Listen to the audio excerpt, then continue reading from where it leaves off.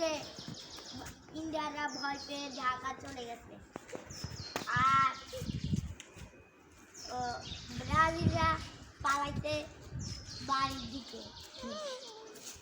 Argentina দেখেছে যে তুই বাড়ি থেকে কেন পালালি, আমার তো খিদে লেগে ফেললো, আমি দৌড় মারি চলে যাব।